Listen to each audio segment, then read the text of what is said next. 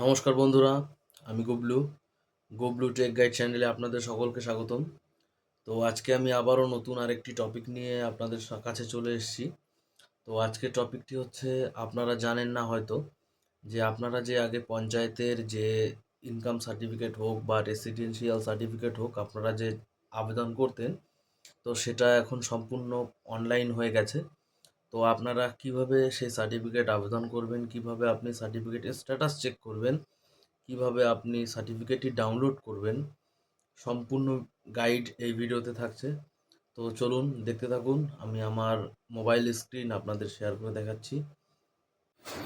তার জন্য কিন্তু আপনাকে চলে আসতে হবে, আপনার গুগল ক্রোম ওপেন করে নিয়ে এখানে লিখতে হবে জিপি সার্টিফিকেট বলে একটি অপশান আছে। এখানে খুললেই যে আপনি প্রথম যে লিঙ্কটি পাবেন, তো এটির মধ্যে আপনাকে আসতে হবে। তো আমি সরাসরি আসার জন্য আমি আমার ডিসক্রিপশানে এই লিঙ্কটি আমি দিয়ে রাখবো, যাতে আপনারা সরাসরি একদম এই পেজে চলে আসতে পারবেন। তো এখান থেকে আপনারা স্ক্রল করে নিচে টিক বক্সে টিক করেই প্রসিড করলে এখানে আপনাকে মোবাইল নম্বরটা চাইবে। তো আপনি এখান থেকে মোবাইল নম্বর বসিয়ে সেন্ড ওটিপির উপর ক্লিক করে দেবেন। আপনার ফোনে একটি ওটিপি চলে আসবে, ওটিপি নাম্বারটা এখানে আপনাকে ইনপুট করে নিতে হবে। তো বন্ধুরা, আমি ওটিপি নাম্বারটি আমার চলে এসছে, আমি ইনপুট করে নিলাম। এখান থেকে আপনাকে প্রথমে ডিস্ট্রিক্টটি চুজ করে নিতে হবে। তো আমি এখান থেকে আমার ডিস্ট্রিক্ট যেটি আছে নর্থ চব্বিশ পরগনা, তো সেটা আমি চুজ করে নিচ্ছি। তারপরে আপনাকে ব্লক চুজ করে নিতে হবে। তারপরে আপনাকে গ্রাম পঞ্চায়েত, আপনি যদি পঞ্চায়েত এলাকার হন তো গ্রাম পঞ্চায়েত এখানে চুজ করে নিতে হবে। তারপর হচ্ছে আপনার সংসদ, তো আপনার যে ওয়ার্ড মেম্বার আছে আপনারা নামটা শুনে নেবেন।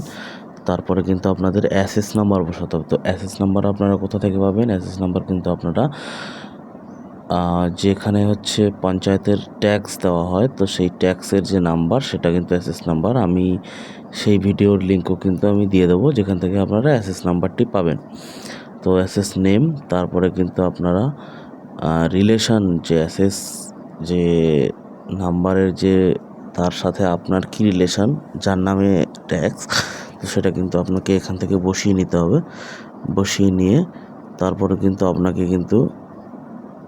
যার আবেদন করছেন সে মিস্টার না মিসেস সেটা দিয়ে আপনাকে তার ক্যান্ডিডেটের নাম এখানে ইনপুট করতে হবে।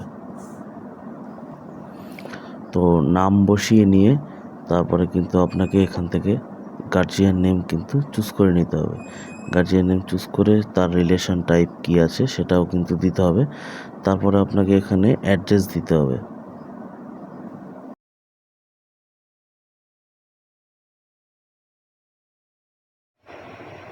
তারপর এখান থেকে আপনাকে পোস্ট অফিস যেটি হবে, তো সেই পোস্ট অফিসটি এখানে বসিয়ে নিতে হবে।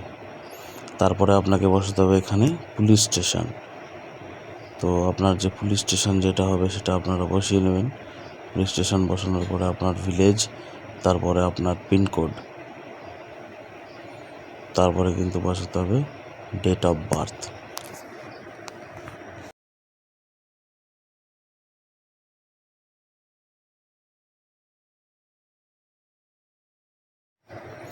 ডেট অফ বার্থ বসানোর পর এখানে বলছে আপনি কি ডকুমেন্টস চাইছেন। তো আমার যেহেতু রেসিডেন্সিয়াল সার্টিফিকেট লাগবে, তো সেটার উপর অলরেডি টিক মার্ক করা আছে। তো তারপরে এখান থেকে ডকুমেন্ট লিস্ট, সাপোর্টিং ডকুমেন্টস, তো আমি আধার কার্ড চুজ করে আমি ফাইলটি চুজ করে নিচ্ছি, আমার যে ফাইলে কার্ডটি আছে। তো বন্ধুরা, আমি আধার কার্ড চুজ করে নিয়েছি। তারপরে আবার আরেকটি ডকুমেন্টস চাইছে। আপনাদের 3টে ডকুমেন্টস এখান থেকে আপলোড করতে হবে। তো বন্ধুরা, আপনারা দেখে আপনাদের সুবিধা মতো আপনারা করে নিতে পারেন। আমি যে ব্যক্তির আবেদন করা হচ্ছে সে যেহেতু 18 বছরের নিচে, তার জন্য আমি তার বাবার ভোটার কার্ডটিও আপলোড করে দিচ্ছি।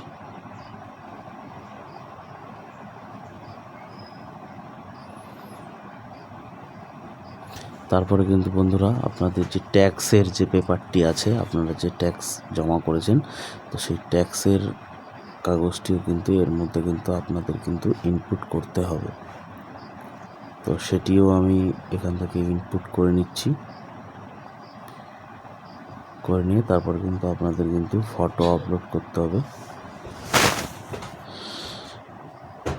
আপনি যে পাসপোর্ট সাইজ যে ফটোটি রেখেছিলেন সেটা কিন্তু তারপরে আপনাকে সাবমিট করলেই কিন্তু এরকম একটি পেজ আপনার সামনে কিন্তু চলে আসবে যে আপনার অ্যাপ্লিকেশনটি সম্পূর্ণভাবে সাবমিট হয়ে গেছে। তো এখানে কিন্তু আপনি ভিউতে গিয়ে আপনি কিন্তু দেখে নিতে পারবেন আপনি কী ফর্ম ফিল আপ করেছেন। তো এটা করার পর আপনাকে কিন্তু কিছুদিন ওয়েট করতে হবে। ওয়েট করলে পরে এটা অফিস থেকে অ্যাপ্রুভাল দিলে পরে কিন্তু আপনি কিন্তু সার্টিফিকেটটি এখানেই পেয়ে যাবেন। তো তার জন্য আমি কিন্তু দেখুন বন্ধুরা, এই যে পেজটি আছে আমি কাস্টমারকে দেওয়ার জন্য আমি কিন্তু সেভ করে নিচ্ছি পিডিএফে। এটা আমি প্রিন্ট আউট দিয়ে দেবো। তো বন্ধুরা দেখুন, সিটিজেন সার্টিফিকেট আমি কিন্তু সেভ করে নিয়েছি। তো আপনারা কিন্তু এইভাবে কিন্তু লগ ইন করেও কিন্তু আপনারা স্ট্যাটাসটা চেক করতে পারবেন। আবার কিন্তু আপনারা যে মোবাইল নাম্বার থেকে আপনি আবেদন করেছেন সেখান থেকে কিন্তু চেক স্ট্যাটাসে গিয়েও কিন্তু আপনারা এই স্ট্যাটাসটি চেক করতে পারবেন। তো সেটাও চলুন আমি আমাদের দেখাচ্ছি যে আপনারা স্ট্যাটাস কীভাবে চেক করবেন। আবারও কিন্তু আপনাদের ব্যাকে এসে এইখানে যে অ্যাপ্লিকেশান চেকের যে অপশানটি আছে এখানে আপনার অ্যাপ্লিকেশান নাম্বারটি বসালে পরে কিন্তু আপনারা স্ট্যাটাস দেখতে পাবেন। তো আজকের ভিডিও বন্ধুরা আমি এখানেই শেষ করছি।